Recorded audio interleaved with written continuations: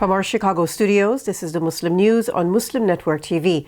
Assalamu alaikum, I'm Samana Siddiqui. Our top story tonight. Israeli attacks on Gaza have killed 47 Palestinians and injured 61 over the last 24 hours, according to the Palestinian Health Ministry. Notably, an attack on Al-Zahra in central Gaza left 2 dead. Israeli Prime Minister Benjamin Netanyahu has affirmed his intentions to invade Rafah regardless of ceasefire negotiations, aiming for what he called total victory. UK Foreign Minister David Cameron disclosed Israel's offer of a 40-day ceasefire and potential release of Palestinian prisoners in exchange for 130 Israeli prisoners. However, Hamas leader Osama Hamdan criticized Israel's stance, citing their reluctance for a full ceasefire and withdrawal from Gaza.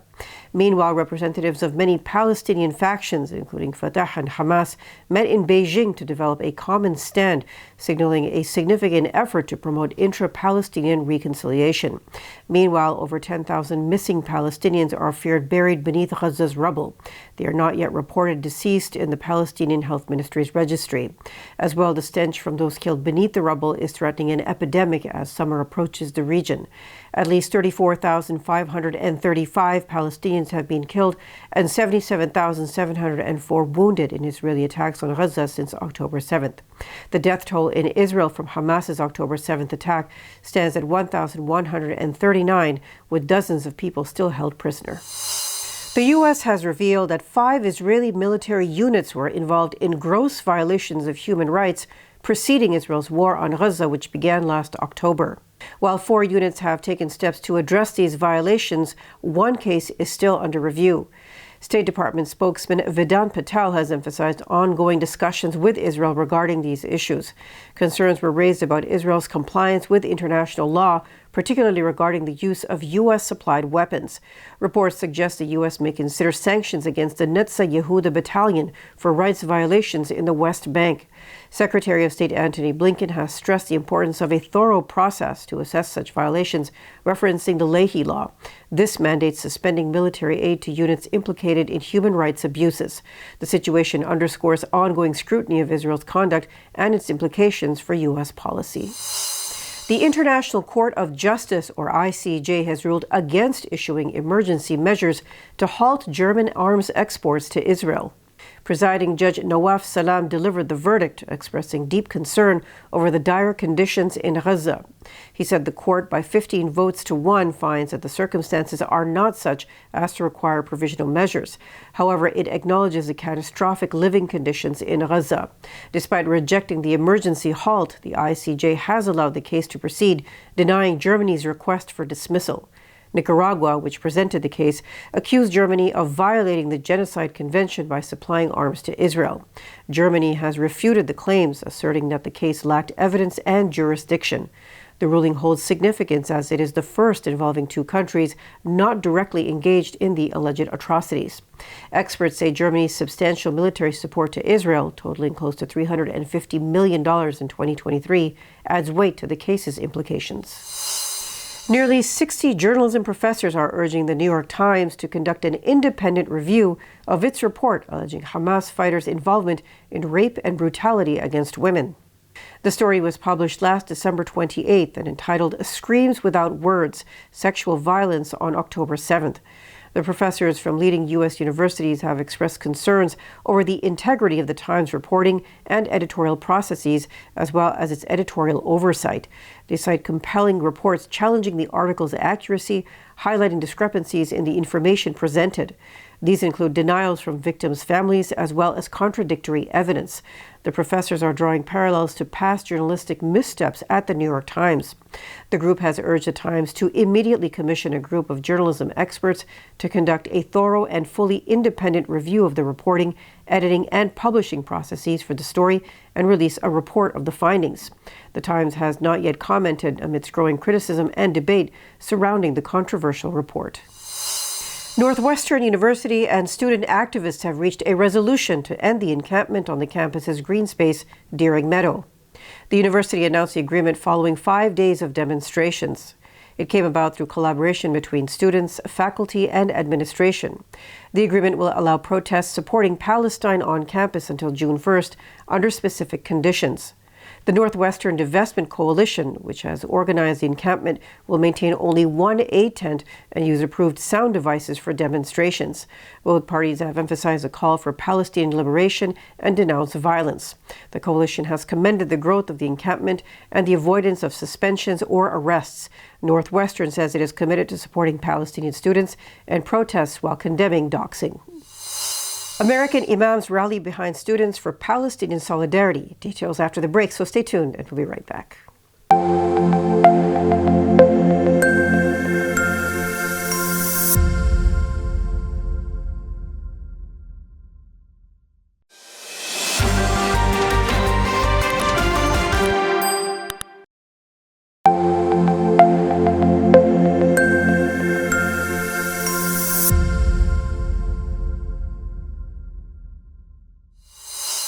A diverse group of religious scholars and imams have issued a statement in support of the recent student encampment movement across American campuses, advocating for divestment and solidarity with Palestine. The group has commended the students for their bravery in holding universities accountable, saying they are following the tradition of resistance that ended Jim Crow and South African apartheid. Drawing on Islamic principles of justice, transparency, and righteous action, the scholars and leaders are also emphasizing the religious imperative to stand with the students. They are also calling for solidarity without erasing Palestinian and Muslim voices, emphasizing the centrality of Islam in the struggle. The group is urging academic institutions to uphold free speech and critical inquiry, rejecting profit-driven motives and foreign interests. Addressing the Muslim community, they stressed the obligation to end genocide and support Palestinian youth. Police in Phoenix, Arizona apprehended 3 suspects involved in vandalizing 16 cars belonging to pro-Palestine protesters near an Arizona synagogue.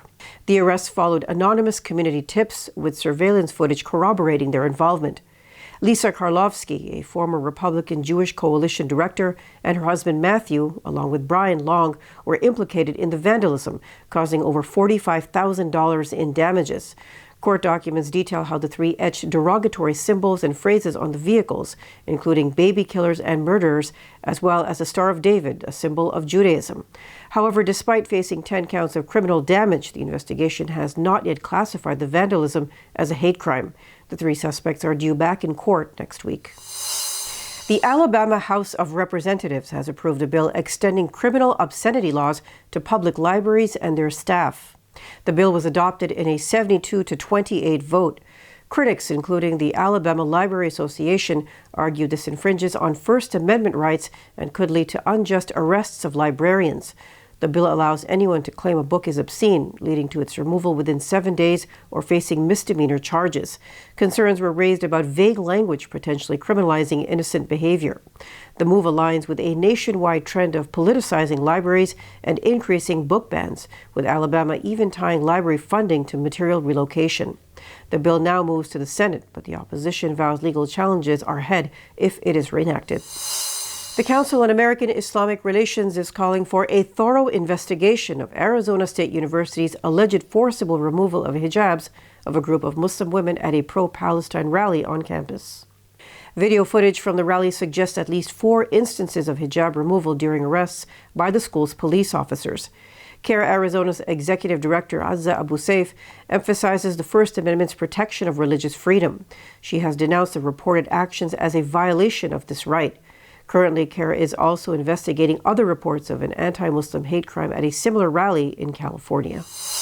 An investigation has revealed that a top Republican donor and investor in TikTok has ties to over $16 million in funding for anti-Muslim and pro-Israel groups. Co-founder of the trading and technology firm Susquehanna International Group, Jeff Yass, is so far the largest political donor to the Republican Party in the 2024 election cycle, contributing over $46 million.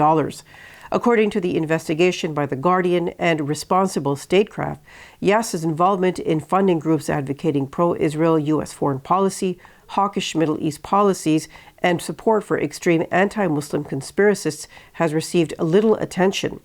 A 2011 Jewish Daily Forward investigation found that these groups present biased information about the Middle East and Israel. The Claus Foundation, of which Yas serves as co-director, has funneled money to groups like the David Horowitz Freedom Center, a key promoter of anti-Muslim conspiracy theories. The investigation also found that Yas is funding a group that targeted Progressive Representative Summer Lee in her primary race. The Guardian says this suggests an interest in influencing Democratic outcomes. A former Colorado paramedic has been sentenced to 4 years probation for the negligent homicide of Elijah Mclain.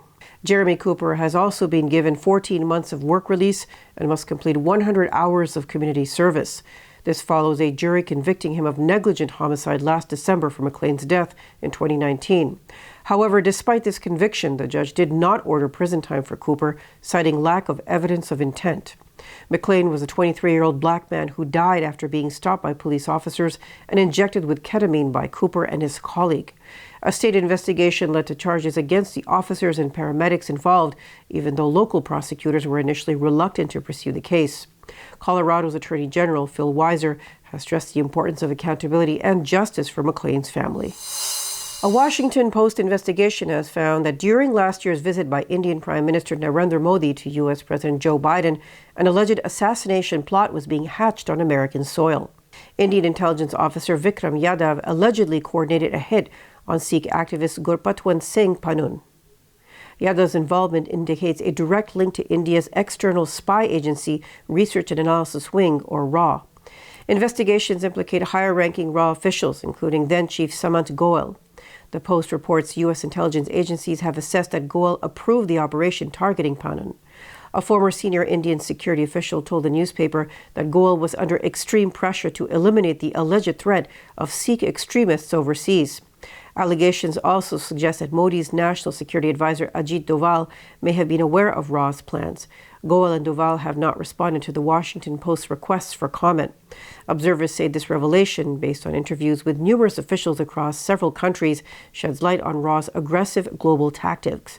It also raises questions about the extent of India's involvement in overseas operations. That's all from our Chicago studios tonight. Thank you for tuning in. You can subscribe to our YouTube channel and hit the bell icon for the latest updates. Your support is needed more than ever to continue our mission of providing informative, educational, and inspiring content to Muslims in North America and around the world. Donate now by visiting muslimnetwork.tv/donate. For more content, keep watching Muslim Network TV or visit muslimnetwork.tv. Salam and good night.